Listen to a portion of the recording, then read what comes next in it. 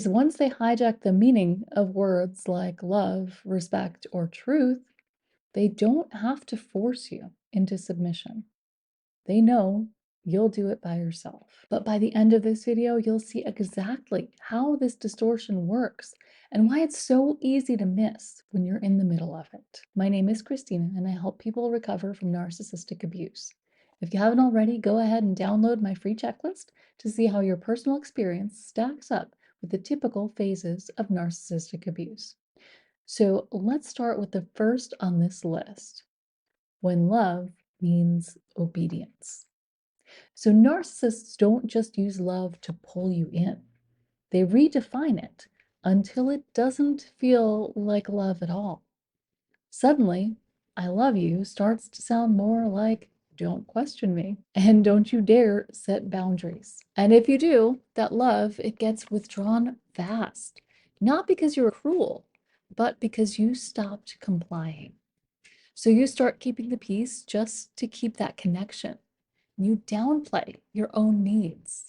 You make yourself smaller. And little by little, your voice becomes a threat to the relationship. Because in their version of love, there's no room for difference. There is no space for truth, only loyalty, and only on their terms. And the worst part is that it still sounds like love. It's intense, it's emotional, and sometimes it's passionate.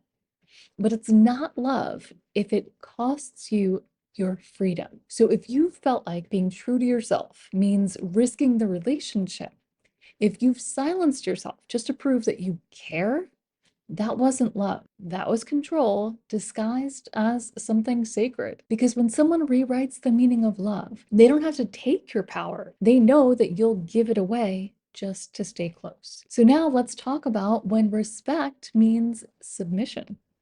So once they've redefined love as loyalty, the next move is redefining respect as obedience. Because now it's not just about staying close, it's about staying in line. And you don't even have to raise your voice. Just having a different perspective is enough to be called disrespectful. And it's not about tone or timing. The narcissist sets the rules, and respect becomes a moving target. And no surprise there, you're never able to hit it. Unless, of course, you stop questioning anything at all. So disagreement becomes betrayal. Even silence can be seen as disloyal. And that's the setup. They get to play the victim while painting you as the problem. Because in their world, respect means deference. It means don't rock the boat. Don't shine a light on what's really happening. And that's how they appear to keep the moral high ground, even when crossing every line behind the scenes. So if you've ever felt like telling the truth makes you the villain, you're not crazy, you're not mean, you're just not playing by their rules anymore. So now let's talk about when boundaries are called abuse, because they so often are by abusive people.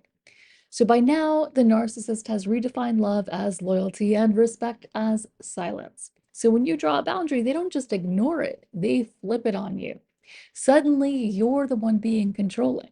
You're withholding and cold and punishing. And not because you lashed out, but because you said no. It would be one thing if they just resisted your boundaries, right? If they just refused to comply. And sometimes they do.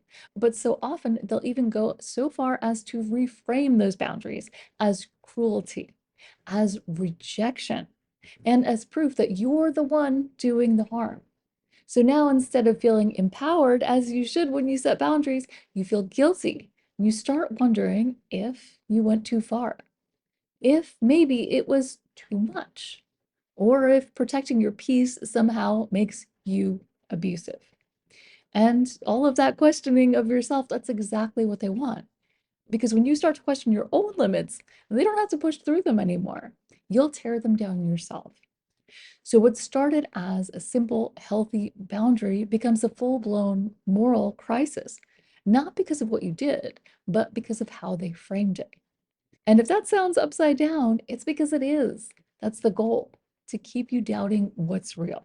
So often in these relationships, we feel like everything is upside down. And this is why, because in a way it is. And really, what the narcissist wants is they want their control to look like care. And they want you to recognize your own self respect and your own boundaries as abuse. Again, it is all turned upside down. So now let's talk about when forgiveness means erasing the past. So once all the damage is done, the next word they reach for is forgiveness when there's no other way out.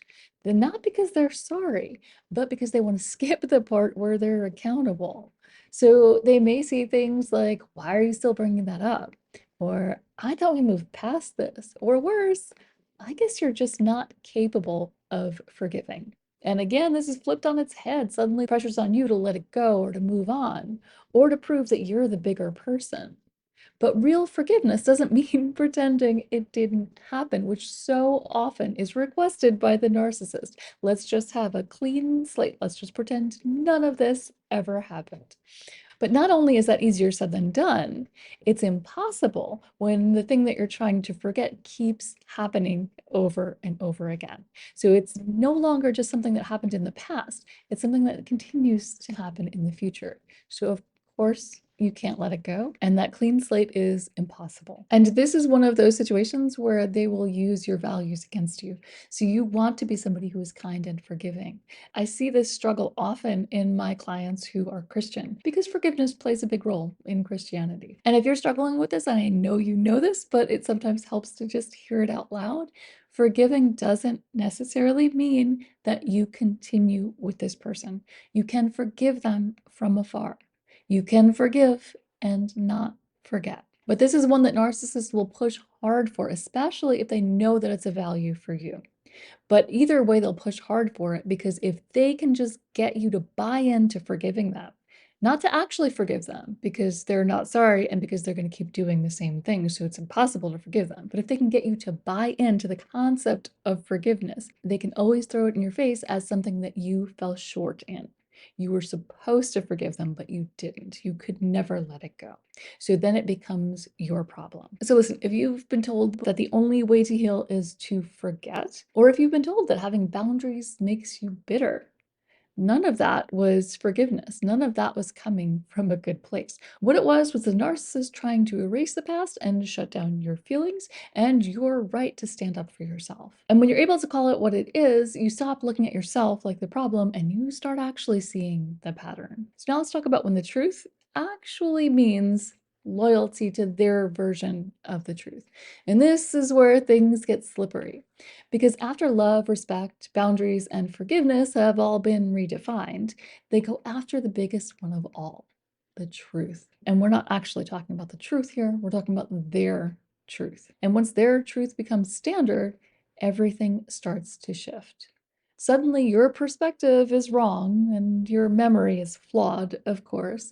And your lived experience is twisted by your emotion because you're just too over emotional, that you can't see the truth for what it is. At least that's what they want you to believe. But none of their arguments are based in facts. And really, at the root of it, it's all about allegiance. It's about loyalty to them. And whatever they say is the truth, how dare you question them, even if you saw it with your own eyes? They want you to be loyal to whatever version of the truth keeps them in control. And if you step outside of that version, you're not just disagreeing, you're betraying the story and you're betraying the narcissist. So you start second guessing what actually happened. You minimize, you rewrite, and you hesitate to speak because you know how fast that truth can turn on you. That truth is not exactly written in stone, is it? But when you're not allowed to speak your mind and you can't have conversations about things that actually happened, it's easy to lose trust in yourself. And that's the real damage here. Because when someone can bend the truth to serve their story and punish you for remembering it differently, it really starts being about who gets to decide our reality. And the truth is, we should be honest about our experiences and we should all be able to trust ourselves. But that can never happen with a narcissist. So now let's talk about when the narcissist's peace actually means silence. So at the end of all of this, after they've twisted love, respect, boundaries, forgiveness, and truth, They circle back with one final word, and that is peace. But we're not talking about the real kind of peace, not the peace that's built on truth, understanding, or any kind of repair. Their version of peace means don't bring it up, don't ask questions, and don't make it uncomfortable. So when you try to process what happened, they'll say, "You're causing drama." When you express pain, you're told something like, "Why are you keeping the negativity alive?" But really, this isn't about peace at all. When you question them on something that they've done before and have asked your forgiveness for or expected it, you're disturbing the peace, and there you are again, starting drama. If you didn't know better, you would think that these people are very peace-loving individuals, right? They're keepers of the peace, but that's not true at all. They love the drama, they just hate the accountability. And what you're doing when you're bringing this stuff up is you're disturbing their control. Because in their world, silence and sweeping things under the rug, it equals safety for them. And the more you comply, the more the pressure builds until you're not quiet because you're calm, but because you've been conditioned not to speak. And there's a whole world of inner conflict going on inside. Sometimes when you have to be calm on the outside and you can't express yourself, that's when you start to have this inner war, this inner conflict raging. Because let's be real, sometimes it's just easier to stay quiet, to let it go, and to avoid the fight. But let's never confuse that silence with peace. If having peace outside in the external world means absolute chaos in here, that is no kind of peace. That is purely compliance. And although sometimes it's necessary, it's super important to deal with that inner chaos on your own afterwards, because unfortunately, it doesn't just go away. So overall, here's the pattern. Here is how the narcissist hijacks words to use them against you. And unfortunately, these are probably the words that mean the most to you. So they twist the meaning of love, respect, and truth until control sounds reasonable and silence feels like safety. And the longer you're caught in that distortion, the harder it is to trust your gut. But once you see it, once you remember what those words actually meant, you can stop explaining yourself and you start coming back to yourself. And that's how it ends. It doesn't end with a fight, it ends with clarity. And if this spoke to you, hit the like button so more people can find this video. And if you're ready to go deeper, click to the next video where we're talking about what happens when you stop reacting and the narcissist starts unraveling. I'll see you next time.